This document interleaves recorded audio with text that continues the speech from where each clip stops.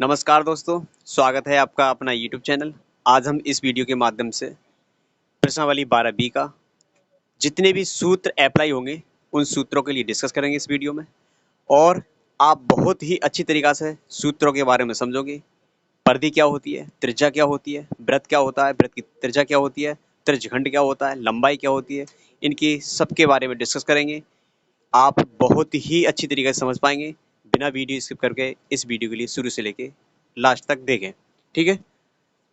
देखिए, सबसे पहले हमारे पास वृत्त दिया होगा,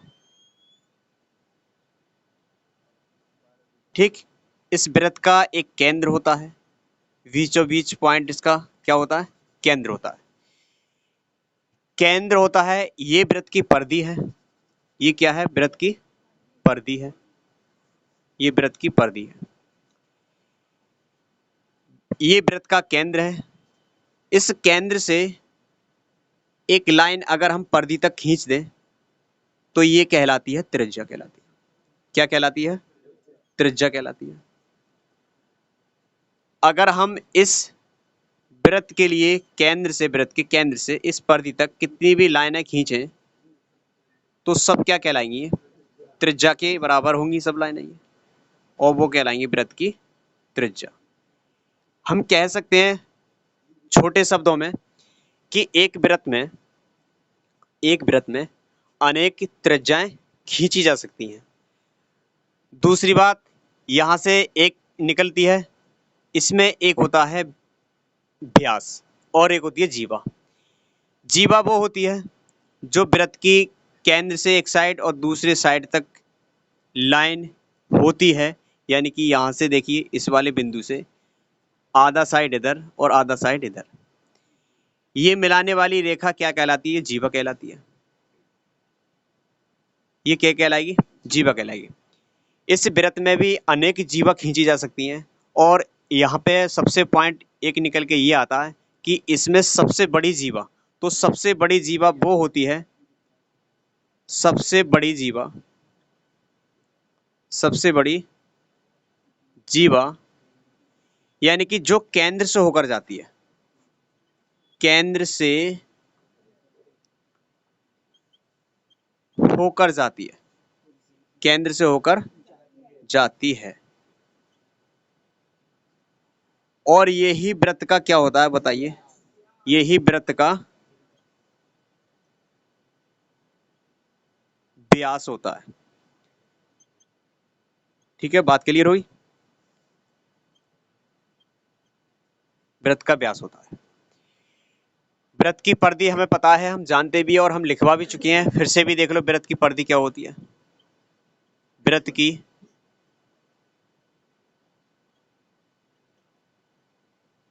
परिधि बराबर होती है 2πr। इस पूरे जो वलयाकार मोड़ा गया है, तार है, कुछ भी है, उसकी लंबाई वृत्त की परिधि के बराबर। ठीक है, अब यहां से बात ये निकलती है कि एक त्रिज्या की लाइन देखो ये है और एक लाइन ये है, तो इसके बीच में एक त्रिज्य यानी कि त्रिभुज के आकार का एक एरिया बन गया है। ये एरिया बन गया, देखिए क्या बन गया, ये एरिया बन गया है। तो एरिया का मतलब ये है कि यहां से हमने एक लाइन यहां से खींची और एक लाइन हमने यहां से खींची, तो इसमें दो भागों में ये वृत्त बट गया, बट गया दो भागों में ये वृत्त बट गया। तो ये हम प्रकार में भरेंगे, तो इसे हम क्या बोलते हैं, यानी कि आर्स बोलते हैं, ये बोलते हैं, क्या बोलते हैं, चाप बोलते हैं। और एक ये भी हमारी क्या है, चाप है, ये वाली देखो ये। तो ये बड़ी चाप होगी, और बड़ी चाप के लिए बोलते हैं हम क्या, दीर्घ चाप, दीर्घ चाप बोलते हैं। और ये देखो यहां से लेके इस बिंदु से हम नाम रख देते हैं ए और बी, ठीक है, और इस वृत्त का केंद्र रख देते हैं ओ। ये वाला जो चाप है, ये वाली चाप, वो चाप कहलाएगी, क्या कहलाएगी बताइए आप, लघु चाप कहलाएगी, लघु चाप कहलाएगी। ठीक है, कोण की परिभाषा क्या होती है, कोण की परिभाषा ये होती है कि जब एक लाइन किसी दूसरी लाइन पर आकर क्या होती है, मिलती है, उसे हम क्या कहते हैं, उन दोनों रेखाओं के बीच का क्या बोलते हैं, कोण बोलते हैं। तो एक रेखा हमने परिधि तक मिलाई, ये दूसरी रेखा परिधि तक मिला दी और ये एक ही बिंदु से गए, तो यहाँ पे एक एंगल बन के तैयार हो गया होगा, वो हमें पता नहीं है कितना एंगल बना होगा। ठीक है, इसे हम बोलते हैं कोण। अब इसका एरिया निकालेंगे तो इसका एरिया का फॉर्मूला क्या होगा। ठीक है, इस एरिया का फॉर्मूला देखिए, हम इसे बोल सकते हैं त्रिज्यखंड, यानी कि त्रिज्याओं से बना खंड त्रिज्यखंड कहलाता है। और उस त्रिज्यखंड का क्षेत्रफल क्या होगा, त्रिज्य खंड का क्षेत्रफल बराबर होगा। एक चीज और बताइए मुझे, यहां से हम चले और पूरा चक्कर लगा के चले आए, तो कितने एंगल पर घूम के चले आए हम, बताइए। 360, 360 डिग्री घूमकर चले आए। ठीक है, ये वृत्त का ही क्या है, त्रिज्यखंड है, तो वृत्त का क्षेत्रफल ही लगाएंगे, यानी कि वृत्त का क्षेत्रफल बताइए क्या होता है, पाई आर स्क्वायर। ठीक है, कितने डिग्री पर घूम रहे हैं हम, कौन से क्या कर देंगे, गुणा कर देंगे, और बटे में यानी कि कितने से डिवाइड करेंगे, यानी कि सब बात ही कितनी घुमाव में चल रही है, 360 के घुमाव में चल रही है। ये हो जाएगा वर्ग मात्रक, वर्ग मात्रक। ठीक है, एरिया। दूसरा आता है त्रिज्यखंड की लंबाई।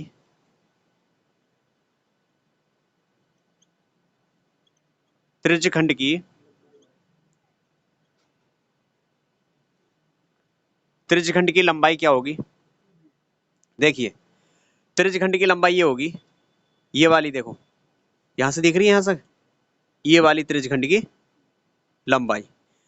त्रिज्यखंड की लंबाई ये पूरे के किसके बराबर है, 2 पाई आर के बराबर है, 2 पाई आर इंटू थीटा और बटे 360।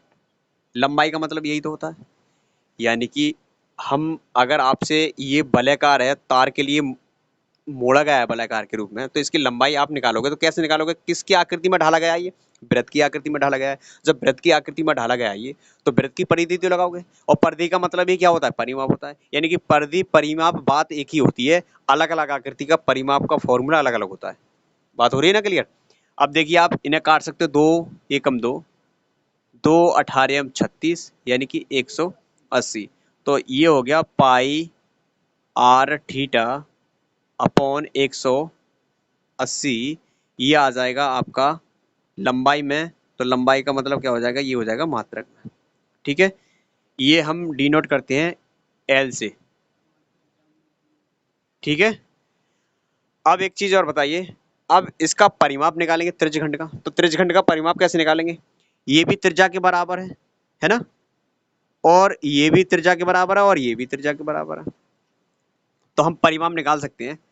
त्रिज्यखंड का परिमाप, त्रिज्यखंड का परिमाप बराबर P बराबर लिख सकते हैं हम L, त्रिज्यखंड की लंबाई यानी कि छोटी वाली चाप, प्लस ये वाली त्रिज्या, प्लस ये वाली त्रिज्या। बात आ रही समझना। अगर हम आपसे ये कहें कि आप वर्ग का परिमाप बताओ, तो वर्ग का परिमाप क्या बताओगे, चारों भुजाओं के लिए ऐड ही तो करते हो आप, एक्स एक्स एक्स एक्स, यानी कि 4 × x, यानी कि सभी भुजाओं का योग, सभी भुजाओं का योग परिमाप कहलाता है। त्रिभुज का परिमाप यानी कि तीनों भुजाओं का योग, इसका इसका योग, इसका योग और इसका योग, परिमाप हो गया। आयताकार का योग, आयताकार का यानी कि 2 गुणा लंबाई प्लस चौड़ाई, 2 गुणा लंबाई प्लस चौड़ाई। तो अलग अलग आकृतियों का परिमाप का फॉर्मूला अलग अलग होता है, यानी कि सबका तरीका अलग अलग होता है। ठीक है, तो ये देखो, ये वाली आर हो गई, ये वाली आर हो गई, हमने लिखी कौन सी आर है, छोटी वाली आर, लेकिन उसमें वृत्त में मानी हमने बड़ी वाली आर। ठीक है, तो ये हो जाएगा L + 2R, तो ये हो गया वृत्त का, वो त्रिज्यखंड का परिमाप हो गया। ठीक है, ये भी किस में आएगा बताइए, मात्रक में आएगा। दूसरा आता है इसमें संगत लघु वृत्तखंड का क्षेत्रफल या वृत्तखंड का क्षेत्रफल। क्या काम करोगे आप, पहले इसे उतारो, उसके बाद में आगे देखेंगे। बहुत बड़ी वीडियो, ठीक है। देखिए अब इसके बाद संगत, शांत रहो, संगत लघु वृत्त खंड का क्षेत्रफल बराबर आप त्रिज्यखंड का क्षेत्रफल में से पाई आर स्क्वायर, त्रिज्यखंड का क्षेत्रफल pi r square theta upon 360 minus यहां से एंगल बनाएगा और एंगल एक समकोण बनाएगा, समबाहु त्रिभुज बनाएगा, और त्रिज्यखंड के लिए ये कुछ भी एंगल दिया होगा तो उस रूप में आप लगाओगे ये 1/2 r square into sine theta. ये त्रिकोणमिति की कंडीशन से आप ये त्रिभुज की कंडीशन लगाओगे, ठीक है। एक आएगा आपका लघु, हो गया ये। अब आएगा दीर्घ वृत्तखंड का क्षेत्रफल, दीर्घ वृत्तखंड का क्षेत्रफल। हाँ ये भी दीर्घ है, और इसमें आप वृत्त का क्षेत्रफल में से आप संगत वाला घटा दोगे, ये वाला घटा दोगे, तो ये पूरा हो जाएगा pi r square theta upon 360 minus 1/2